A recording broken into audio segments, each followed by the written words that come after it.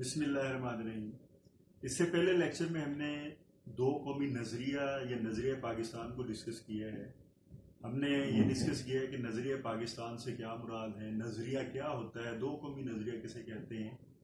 اب ہم یہ ڈسکس کریں گے کہ نظریہ پاکستان کا تاریخی پس منظر کیا ہے۔ نظریہ پاکستان کیا ہندوستان میں پاکستان جو ہے، کیا ہندوستان میں مسلمان جو ہیں وہ کب سے جو ہے وہ آئے ہیں، نظریہ پاکستان کا آغاز کب ہندوستان میں ہوا۔ قائد اعظم محمد علی جناح نے یہ کہا تھا کہ پاکستان اسی دن معرض وجود میں آ گیا تھا جس دن ہندوستان میں پہلا شخص جو ہے وہ مسلمان ہوا تھا۔ تو لہٰذا قائد اعظم محمد علی جناح کے اس قول کے مطابق نظریہ پاکستان کی بنیاد جو ہے وہ اسی دن ہندوستان میں رکھی گئی تھی جس دن ہندوستان میں پہلا شخص جو ہے وہ مسلمان ہوا تھا۔ تو ہندوستان میں اسلام کی آمد یا اسلام کے آغاز کو یا نظریہ پاکستان کے تاریخی پس منظر کو تین ادوار میں جو ہے وہ تقسیم کیا جا سکتا ہے۔ جو تاریخ کے طالب علم ہیں یا تاریخ کے پروفیسرز ہیں، تاریخ دانوں نے ہندوستان میں اسلام کی آمد کو تین ادوار میں تقسیم کیا ہے، جس میں پہلا دور جو ہے وہ برِ صغیر میں وہ عرب جہاز رانوں کا دور ہے۔ عرب جہاز ران کا مطلب یہ ہے کہ سعودی عرب میں جب اسلام جو ہے وہ خلفۂ راشدین کے دور میں پھیلا ہے اور اسلام جو ہے وہ عرب سے نکل کر دنیا کے 7 بر اعظموں میں پھیلا ہے، تو اسی وقت میں عرب جہاز ران جو ہیں وہ ہندوستان میں تجارت کرنے کی غرض سے آئے، اور جب وہ تجارت کرنے کے لیے ہندوستان میں آئے، انہوں نے ہندوستان کے ہندوؤں کے ساتھ تجارت کی، تو اس تجارت میں وہ اتنا ان سے متاثر ہوئے، ان کے لین دین سے اتنا متاثر ہوئے، ان کے اخلاق سے اتنا متاثر ہوئے، ان کے تجارت کرنے کے اسلوب سے اتنا زیادہ متاثر ہوئے کہ یہاں پہ ہندوستان کے لوگوں نے عرب تاجروں کے ساتھ تجارت کے بعد جب یہ دیکھا کہ یہ لوگ قول کے کتنے سچے ہیں، یہ لوگ جو ہیں وہ بات کتنی سچی کرتے ہیں، سچ کتنا بولتے ہیں، ان میں عاجزی کتنی ہے، ان میں انکساری کتنی ہے، تو یہ کس عظیم مذہب کے جو ہے وہ ماننے والے ہیں، یہ کس عظیم پیغمبر نے ان کی تربیت کی ہے کہ ان میں جھوٹ نہیں ہے، ان میں لالچ نہیں ہے، ان میں بغض نہیں ہے، ان میں حسد نہیں ہے، اور یہ بڑی پاک صاف جو ہے وہ تجارت کرتے ہیں، تو یقیناً جو ہے وہ ان کا مذہب سچا ہے، ان کا رسول سچا ہے، ان کا خدا سچا ہے، ان کا قرآن جو ہے وہ سچا ہے، اور یہ جس کو مانتے ہیں وہ سچا ہے۔ لہٰذا ہندوستان کے لوگوں نے جب عرب جہاز رانوں کے ساتھ تجارت کی تو اس تجارت میں وہ اتنا متاثر ہوئے کہ ان لوگوں نے اسلام قبول کرنا شروع کر دیا۔ تاریخ دان اس کو ہندوستان میں اسلام کے آغاز کا پہلا دور کہتے ہیں، کہ ہندوستان جو ہے وہ اسلام سے پہلے یہ پورا ہندو مت کا گھر تھا، اس میں ہندو آباد تھے، دوسرے مذاہب کے لوگ آباد تھے۔ جب عرب کے تاجر یہاں پہ آئے ہیں، یہاں کے لوگوں کے ساتھ انہوں نے میل جول کیا، یہاں کے لوگوں کے ساتھ انہوں نے تجارت کی، تو یہاں کے لوگ ان کے حسن اخلاق سے، ان کی معاشرت سے، ان کے لین دین سے متاثر ہوئے، اور انہوں نے اسلام کو جو ہے وہ قبول کر لیا۔ اس کو ہندوستان میں اسلام کے آغاز کا پہلا دور جو ہے وہ کہا جاتا ہے۔ اس کے بعد جو دوسرا دور ہے ہندوستان میں اسلام کے آغاز کا یا اسلام کے پھیلاؤ کا باعث بنا، اسے بزرگان دین کا دور کہا جاتا ہے۔ ہندوستان پورے میں آپ جہاں مرضی چلے جائیں، ہر علاقے میں آپ کو اللہ تعالیٰ کے بزرگ اور اولیاء اکرام جو ہیں وہ ملیں گے، جو آرام فرما رہے ہیں، جن کے مزار آج بھی جو ہے وہ اللہ تعالیٰ کی انوار و تجلیات کا مرکز ہیں۔ یہ وہ بزرگان دین ہیں کہ جن کی محفل میں ہندو، سکھ، عیسائی پادری جو ہے وہ بیٹھتے تھے، اور جب وہ محفل چھوڑتے تھے تو وہ مسلمان ہو جاتے تھے۔ یہ ان بزرگان دین نے لاکھوں لوگوں کو جو ہے وہ توحید کے جام پلائے ہیں۔ ان بزرگان دین نے لاکھوں لوگوں کے سینوں کو عشق مصطفیٰ سے جو ہے وہ مزین کیا ہے۔ ان بزرگان دین نے لاکھوں لوگوں کو توحید کے جام پلائے ہیں، لاکھوں لوگوں کے سینوں کو توحید سے جو ہے وہ منور کیا ہے۔ یہ وہ بزرگان دین ہیں کہ جن کی وجہ سے ہندوستان میں لاکھوں جو ہیں وہ ہندو خاندان جو ہے وہ مسلمان ہوئے۔ ان بزرگان دین کی محبت کی وجہ سے، ان کے قول کی وجہ سے، ان کی سچائی کی وجہ سے، ان کی انسانیت سے محبت کی وجہ سے لاکھوں لوگ جو ہے وہ مسلمان ہوئے ہیں۔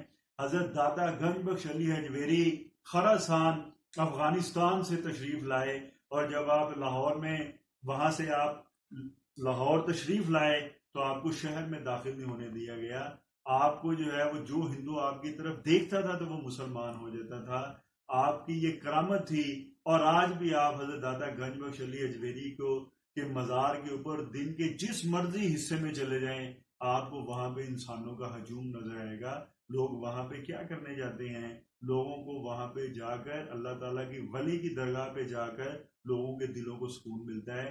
حضرت معین الدین چشتی اجمیری نے 90 لاکھ لوگوں کو مسلمان کیا ہے. حضرت بابا فرید گنج شکر نے لاکھوں لوگوں کو مسلمان کیا ہے. شاہ رکن الدین عالم نے لاکھوں لوگوں کو مسلمان کیا ہے. لہذا ہندوستان میں اسلام کے پھیلاؤ کا یا اسلام کی اشاعت کا جو دوسرا بڑا دور ہے اسے بزرگان دین کا دور کہا جاتا ہے. بزرگان دین نے لاکھوں لوگوں کو جو ہے وہ توحید کے جام پلائے ہیں، لاکھوں لوگوں کو جو ہے وہ مشربہ اسلام کیا ہے. اور آج بھی ان کے مزارات جو ہیں وہ ہر وقت جو ہے وہاں پہ رونقیں لگی ہوتی ہیں. آج بھی ان کے مزارات انوار و تجلیات کا مرکز ہیں. اس کے بعد جو تیسرا دور ہے ہندوستان میں اسلام کے دور کا یا اسلام کی اشاعت کا، اس کو مسلمان حکمرانوں کا دور کہا جاتا ہے. مسلمانوں نے تقریباً 1000 سال تک جو ہے وہ ہندوستان کے اوپر حکومت کی ہے. قطب الدین ایبک پہلا مسلمان حکمران تھا جو ہندوستان کے اوپر جس نے اسلامی سلطنت کی بنیاد رکھی. اس کے بعد جو ہے وہ مختلف ادوار میں مغل بادشاہوں نے، ظہیر الدین بابر ہے، اس کے بعد شاہ اورنگزیب عالمگیر ہے، مغل بادشاہوں نے ہندوستان کے اوپر جو ہے وہ مختلف ادوار میں جو مسلمان حکمران رہے ہیں جنہوں نے ہندوستان کے اوپر حکومت کی ہے.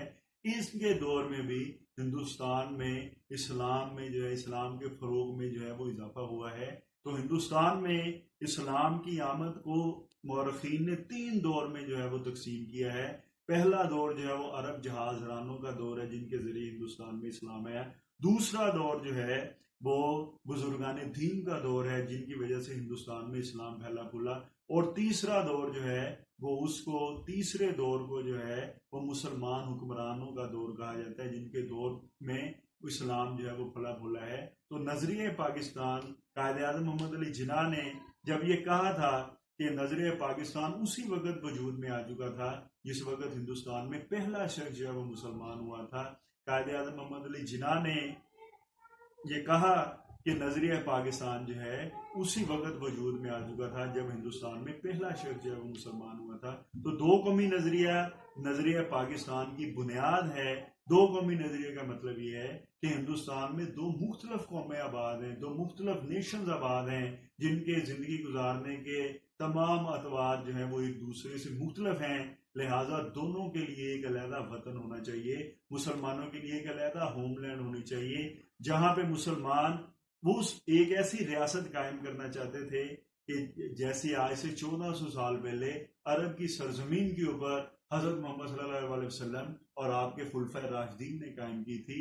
مسلمان ایک ایسا زمین کا ٹکڑا حاصل کرنا چاہتے تھے جہاں پہ وہ اسلامی روایات کے مطابق، اسلامی قوانین کے مطابق اور اسلامی طرز زندگی کی جھلک جو ہے وہ دیکھنا چاہتے تھے.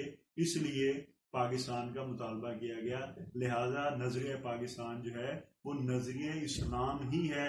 اب قائد اعظم محمد علی جناح نے جو مختلف ارشادات ہیں جن سے نظریہ پاکستان واضح ہوتا ہے، قائد اعظم محمد علی جناح نے مارچ 1944 کو طلبہ سے مخاطب کرتے ہوئے کہا کہ ہمارا رہنما اسلام ہے اور یہی ہماری زندگی کا مکمل ضابطہ ہے. یعنی نظریہ پاکستان کو نظریہ اسلام ہی جو ہے وہ قرار دیا. پھر 21 مارچ 1948 کو ڈھاکہ کے عوام سے خطاب کرتے ہوئے قائد اعظم نے کہا کہ میں چاہتا ہوں کہ آپ سندھی، بلوچی، پنجابی، پٹھان اور بنگالی بن کر بات نہ کریں.